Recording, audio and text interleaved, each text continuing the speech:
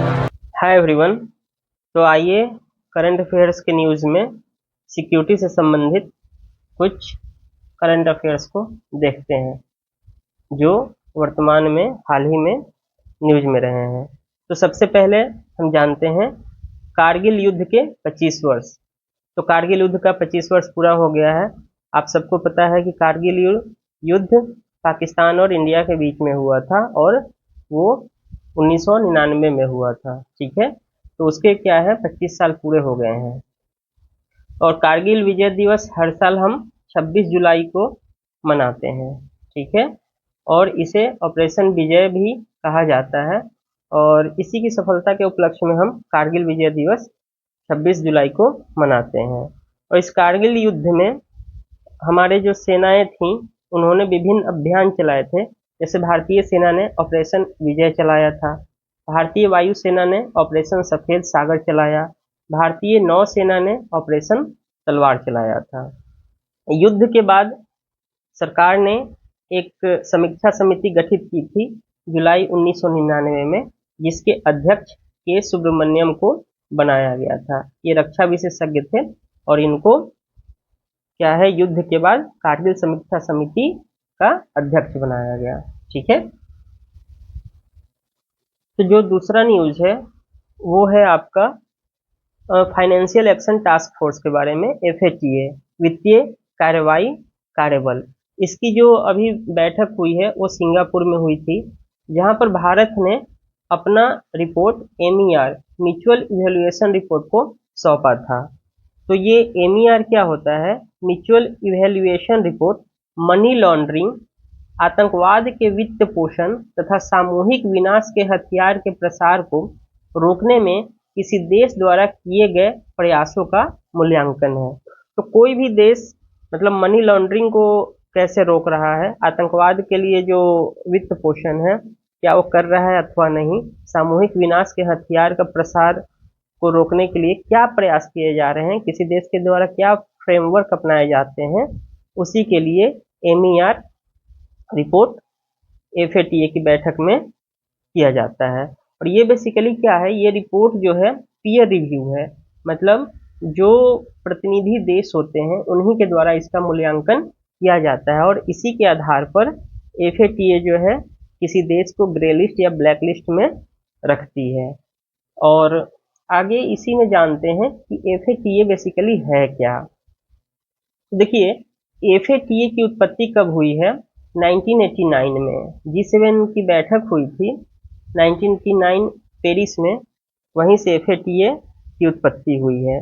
वर्तमान में इसमें 38 सदस्य देश हैं और भारत इसका सदस्य कब बना है? 2010 में। रूस भी इसमें शामिल है लेकिन अभी उसकी सदस्यता को निलंबित किया हुआ है। क्यों? क्योंकि रूस ने यूक्रेन पर हमला कर दिया है। FATA की आप देखिए 9 क्षेत्रीय संस्थाएं हैं और इनका जो कार्य होता है, मेन उद्देश्य इसको स्थापित करने का क्या था कि मनी लॉन्ड्रिंग, आतंकवाद के वित्त पोषण और हथियारों के प्रसार के लिए जो वित्त पोषण होता है उसके लिए अंतर्राष्ट्रीय मानक या मापदंड का ये निर्माण करते हैं। ठीक है, तो FATA याद रखिएगा, कई एग्जामों में इसको पूछा गया है। अभी हाल ही में सीडीएस के एग्जाम में भी इससे पूछा गया था। नेक्स्ट न्यूज है UNSC के बारे में। अभी हाल ही में क्या हुआ है, 5 अस्थाई सदस्य जो हैं UNSC मतलब यूनाइटेड नेशनल सिक्योरिटी काउंसिल में शामिल हुए हैं। तो ये 5 जो अस्थाई देश हैं वो है Denmark, Greece, Pakistan, Panama, Somalia. ठीक है, अब देखिए UNSC में टोटल 15 सदस्य देश हैं, इसमें 5 अस्थाई और 10 अस्थाई होते हैं। 5 जो अस्थाई हैं उसमें आपको पता होगा कि एक USA हो गया, दो यूरोप के कंट्री हैं, फ्रांस है और UK है। ठीक है, और एक रसिया है और एशिया से एक चाइना है। ठीक है, तो ये 5 सदस्य हो गए। 10 अस्थाई सदस्य होते हैं, तो इसमें से जो है प्रत्येक साल प्रति वर्ष UNGA के द्वारा गुप्त मतदान के द्वारा 5 अस्थायी सदस्यों का चुनाव किया जाता है। और ध्यान रखिएगा, ये जो गुप्त मतदान होता है इसमें किसी भी देश को अपने समर्थन में 2/3 बहुमत की आवश्यकता होती है, ठीक है, तभी वो उसका सदस्य बन सकता है। और ये रोटेशन के बेसिस पर ही होता है, लेकिन आप ध्यान रखिएगा। तो यूएनएससी में कुल 10 अस्थायी सदस्य हो गए और 5 अस्थायी हो गए।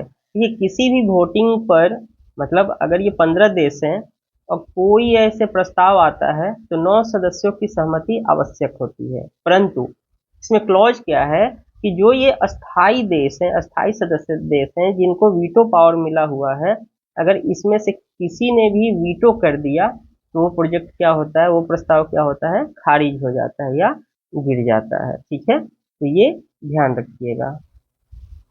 नेक्स्ट जो एक टॉपिक है वो नगास्त्र फर्स्ट से है। अभी क्या है कि इसका परीक्षण हुआ था, तो भारतीय थल सेना को पहला स्वदेशी लोटरिंग म्यूनिशन आत्मघाती ड्रोन प्राप्त हुआ है।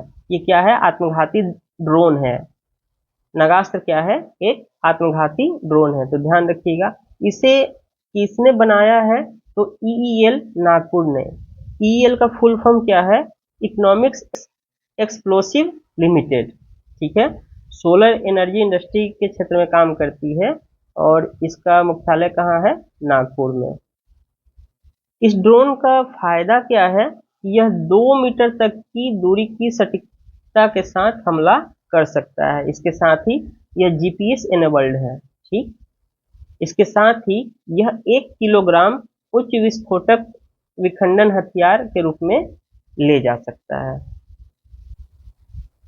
तो देखिए, एक है रुद्रम 2, इसका भी सफल परीक्षण हुआ है और इसका परीक्षण किससे हुआ है, ASU-30 MKI के द्वारा, ठीक है। पहले ये देख लीजिए कि रुद्रम है क्या, तो डीआरडीओ के द्वारा ये विकसित किया गया है और 2020 में रुद्रम फर्स्ट को विकसित किया गया था। यह new generation anti radiation missile है। क्या है, new generation anti radiation missile, ठीक। और यह भारतीय वायुसेना की पहली स्वदेशी एंटी रेडिएशन मिसाइल है, ठीक है। उसी का सेकेंड वर्जन रुद्रम 2 का परीक्षण अभी हाल ही में हुआ है। यह हवा से सतह पर प्रहार करती है। यह स्वदेशी रूप से विकसित ठोस ईंधन से चलने वाली वायु प्रक्षेपित मिसाइल प्रणाली है, ठीक है। तो रुद्रम के बारे में आप ये याद रखेंगे। जो नेक्स्ट न्यूज है, कुछ एक्सरसाइजेज जो अभी हाल ही में हुए हैं उसके बारे में जान लीजिए। तो सबसे पहला जो है वो है जिमेक्स। यह जापान और भारत के बीच में समुद्री अभ्यास है, ये द्विपक्षीय होता है। एक है एक्सरसाइज होपेक्स, यह भारत और मिस्र के बीच में होता है और वायु सेनाओं का एक्सरसाइज है। उसके बाद है गगन शक्ति। तो गगन शक्ति जो है भारतीय वायुसेना का सबसे बड़ा अभ्यास है, जो कहाँ पर आयोजित किया गया, जैसलमेर जिले के पोखरण फील्ड फायरिंग रेंज में। तो गगन शक्ति अगर कोई पूछता है तो ये भारतीय वायुसेना से रिलेटेड है। उसके बाद है अभ्यास पूर्वी लहर या एक्सपोल। यह किससे है, पूर्वी नौसेना कमान के ऑपरेशनल कंट्रोल के तहत भारतीय नौसेना ने पूर्वी तट पर अभ्यास पूर्वी लहर का आयोजन किया। तो ये भारतीय नौसेना से ही संबंधित है, अभ्यास पूर्वी लहर या एक्सपोल, ठीक है। नेक्स्ट देखते हैं, नेक्स्ट है टाइगर ट्रम्प 24। तो टाइगर ट्रम्प 24 यह भारत और संयुक्त राज्य अमेरिका यूएसए के बीच एक द्विपक्षीय त्रिसेवा मानवीय सहायता एवं आपदा राहत अभ्यास है। तो ये किसके किसके बीच होता है, ये होता है भारत और यूएसए के बीच में। और इसका बेसिकली क्या है कि जो आपदा आती है उसमें मानवीय सहायता कैसे किया जाए, आपदा राहत में क्या क्या प्रयास किए जाने चाहिए, उसका एक्सरसाइज है, ठीक है। नेक्स्ट चलते हैं। तो नेक्स्ट जो टॉपिक है वो है हाइपरसोनिक मिसाइल से, ठीक है। ये सोनिक होगा, सोनिक मिसाइल, ठीक है। तो हाइपरसोनिक मिसाइल आपको पता होगा, इसकी गति मैक में नापते हैं और इसकी गति 5 मैक या इससे अधिक है। ठीक है, और ये भी चर्चा में क्यों रहा है? 5 मैक या इससे अधिक होने का मतलब है कि जो ध्वनि का वेग होता है उससे 5 गुना अधिक। और ये अभी चर्चा में क्यों रहा? क्योंकि यूक्रेन रूस युद्ध में रसिया ने यूक्रेन पर हमला किया 3M22 जिरकॉन से। ठीक है, और ये एक क्या है? हाइपरसोनिक मिसाइल है। तो बस आपको इतना ही ध्यान रखना है। और हाइपरसोनिक हथियार दो प्रकार के होते हैं, एक होता है हाइपरसोनिक ग्लाइड व्हीकल और दूसरा होता है हाइपरसोनिक क्रूज मिसाइल। अब ये देखिए, अभी ये चर्चा में ही रहा है क्रिस्टल मेज यानी रॉक्स। ठीक है, ये एक मध्यम दूरी की बैलिस्टिक मिसाइल है और ये किसके द्वारा विकसित की गई है? इजराइल के द्वारा। और ये अभी चर्चा में क्यों है? क्योंकि भारतीय वायुसेना ने अंडमान निकोबार द्वीप समूह में मध्यम दूरी की बैलिस्टिक मिसाइल के नए वर्जन का परीक्षण किया था। ठीक है, तो इसको विकसित किसके द्वारा किया गया है? इजराइल के द्वारा। और यह मध्यम दूरी की बैलिस्टिक मिसाइल है और ये कितने दूरी तक लक्ष्य पर निशाना लगा सकती है? तो 250 किलोमीटर। और ये मार्क कहाँ करती है? हवा से सतह पर। ठीक है, तो इसके बारे में ये जानिए। नेक्स्ट है रक्षा प्रणाली। तो आपको पता ही होगा कि इजराइल ने आयरन डोम वायु रक्षा प्रणाली विकसित किया हुआ है। तो इजराइल ने पहली बार सी डोम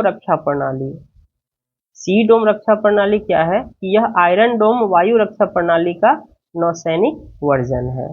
तो ये इसलिए चर्चा में था, सी डोम रक्षा प्रणाली। तो इतना ही आप जानिए। अब नेक्स्ट चलते। नेक्स्ट जो टॉपिक है आपके सामने वो है SPACE. Some measurable platform for acoustic characterisation and evaluation. ठीक है, इसको स्पेस बोलते हैं। यह बेसिकली क्या है कि भारतीय नौसेना के लिए सोनार सिस्टम का एक प्रमुख परीक्षण और मूल्यांकन केंद्र है। ठीक है, स्पेस क्या है कि भारतीय नौसेना का जो सोनार सिस्टम है उसी का एक परीक्षण और मूल्यांकन केंद्र है। इसको विकसित किसने किया है? डीआरडीओ ने। ये जल की सतह पर तैरने वाला प्लेटफॉर्म है। ठीक, और यह प्लेटफॉर्म क्या है? जिसे पानी में 100 मीटर की गहराई तक ले जाया जा सकता है। तो ध्यान रखिएगा स्पेस क्या है।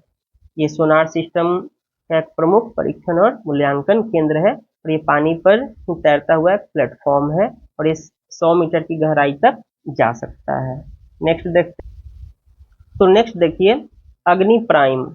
अग्नि प्राइम का सक्सेसफुली जो है फ्लाइट टेस्ट हुआ है और ये कहाँ पर हुआ है? अग्नि प्राइम का परीक्षण जो हुआ है आपको, ये डॉक्टर एपीजे अब्दुल कलाम द्वीप से किया गया है और इसका परीक्षण एसएफसी सामरिक बल कमांड और डीआरडीओ ने किया है। इसका रेंज कितना है? 1000 से 2000 किलोमीटर और ये क्या है? बैलिस्टिक मिसाइल है। तो देखिए हमारे यहाँ जो अग्नि सीरीज है, पृथ्वी सीरीज है, इसका विकास कैसे हुआ? तो हमने 1983 में शुरू किया था integrated guided missile development programme. ठीक है, और इसकी शुरुआत 1983 में हुई। इसका उद्देश्य क्या था कि भारत को मिसाइल प्रौद्योगिकी में आत्मनिर्भर बनाना है और इसी को ध्यान में रखते हुए हमने इसके अंतर्गत कई तरीके की मिसाइलों को क्या किया है? विकसित किया है। जैसे पृथ्वी। पृथ्वी क्या है कि कम दूरी की सतह से सतह पर मार करने वाली बैलिस्टिक मिसाइल है। अग्नि ये मध्यम दूरी की सतह से सतह पर मार करने वाली बैलिस्टिक मिसाइल है। त्रिशूल यह कम दूरी में कम ऊंचाई पर सतह से हवा में मार करने वाली मिसाइल है। तो त्रिशूल मतलब सतह से हवा में।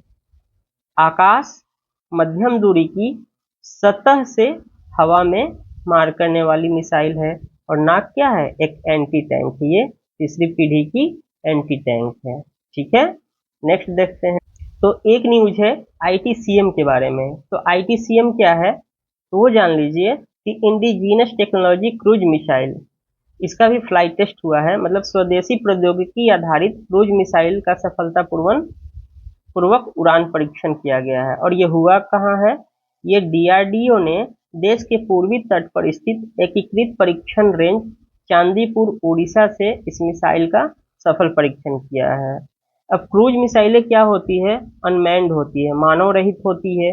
ये वायुमंडल में ही गमन करती है और भूमि से कुछ मीटर की ऊंचाई पर ही उड़ान भरती है। ठीक है।